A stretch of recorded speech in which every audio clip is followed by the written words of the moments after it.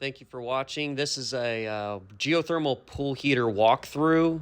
It was just a terrible install, so let's just get started here. So we basically redid everything that was installed by a pool company. They undersized the pipes, undersized the heat exchanger. None of the controls were set up right. There was no thermostat even controlling it. It was just running 24/7 without demand. But we've gotten all of those problems rectified except the last issue, which is all the pumps run 24/7. As you can see, they install a relay, and there's already an onboard relay, but it looks like it's wired up wrong to these two terminals, which feeds our loop pumps. So that one's pretty straightforward. We see, focus here. You can see there's a normally open and a normally closed label. The problem with this relay is that it's a 24 volt DC relay. So that means I can't use it to easily take the Y signal and operate that relay. So I'm just gonna ditch that relay and I'm gonna put in another 24 volt relay. But first we're gonna figure out which one of these this needs to be on. So I'm gonna do my best here. We're gonna attach this one to ground. Obviously we have 120. Here we have nothing. Oh, we got 120 on that one. Here we have nothing. Here we have 120. So, looks like this is probably going to be our winner. This one right here, up here. We're going to check to make sure that there's no voltage on it whenever there's no Y-call. We'll check that out. Okay, so I turned it off. My custom dual fuel controller here. We're going to check these again.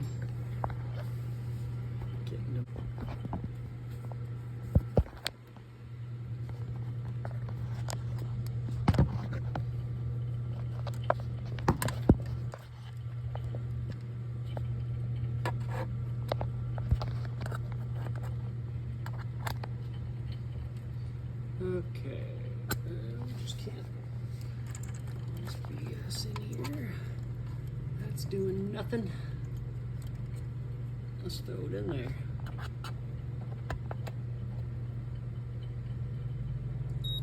Oh, that one's hot, and that one's still nothing. And oh, this lower one. Can't see nothing, can you?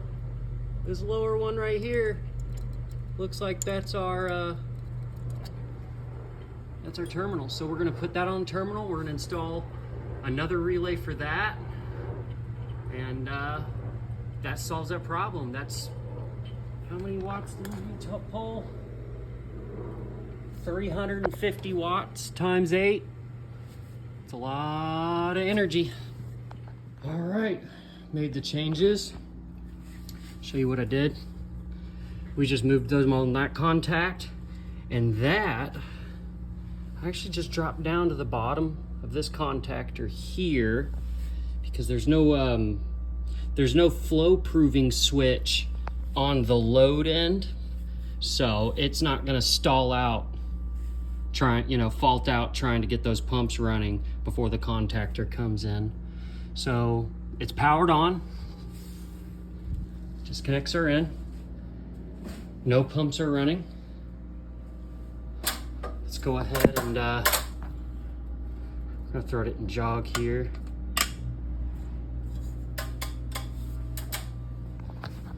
Throw that Y signal out.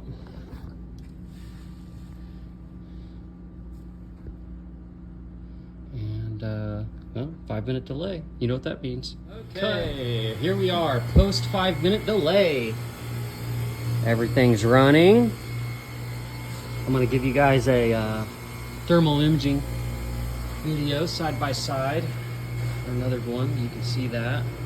But yeah, This thing is all those 4 pumps have been replaced because they burnt up.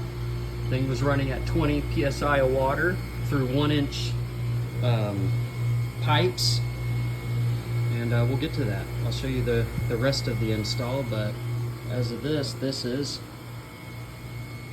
what we got. This pipes run outside to the pool room. Let's go.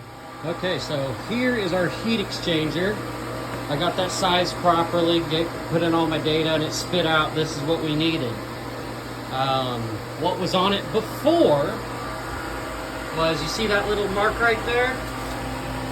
There was a heat exchanger that big that stuck out about that far with 4 1-inch connections, and it came right out here and into here, and they just had it run 24/7. As you can see, packed in here like cordwood. Behind here, I have a relay that I put in parallel with the relay being controlled here. The pump we're using for this is the sweeper pump. So it will put water at the bottom of the pool to push all the dirt towards a main drain. And so that's a good place to put heat, because obviously, heat rises. So I just put my own 24-volt double pole relay in parallel with that one, so that I can control it independently with my controls. Looks like someone's been in it recently, so they dropped a screw. I'll put that back in. Here is our balance point outdoor temperature set. I got that set at about 30, 35 degrees. Ideally, on a typical system with dual fuel, you'll set that wherever the market puts it at. So if it's propane, you're going to set it a little lower, natural gas a little higher. These are natural gas heaters. We really don't want them running. Geothermal does really good with heat. And so only really in emergencies should we need those gas heaters. And that's why I have those toggle switches, so that the caretaker of the home can easily put on the gas heat in case of emergency. But yeah, as you can see, everything's running swimmingly now. So go ahead and let me know what you think. Make fun of my terrible piping. I did that by myself. Try getting a ladder in there. You can't do it. Don't ask me how I did it, because I won't tell you. But yeah, thank you all for watching. All right, so this is the thermal imaging. Those blue pipes, those are the cold water going back to the loop.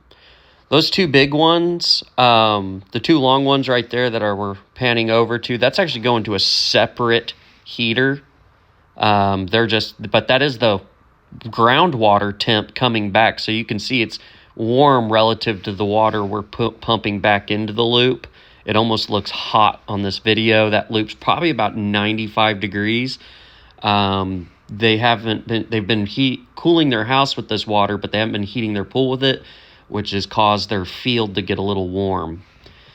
Those pipes, those are our load water end. That's where all the work is being done. That red one's that warm water. I think that water temp going out to the pool is about 96 degrees. Coming back is about 85, rocking about an 11-degree delta. Here is the heat exchanger. And so you can see those same pipes coming in. Now, those ones in the front, they run in opposite flow. So the one on the right, that's going to the pool. So you can see it's warmer than the one on the left, but not quite as warm as that water. That's due to just velocity differences, how much water we have moving through these.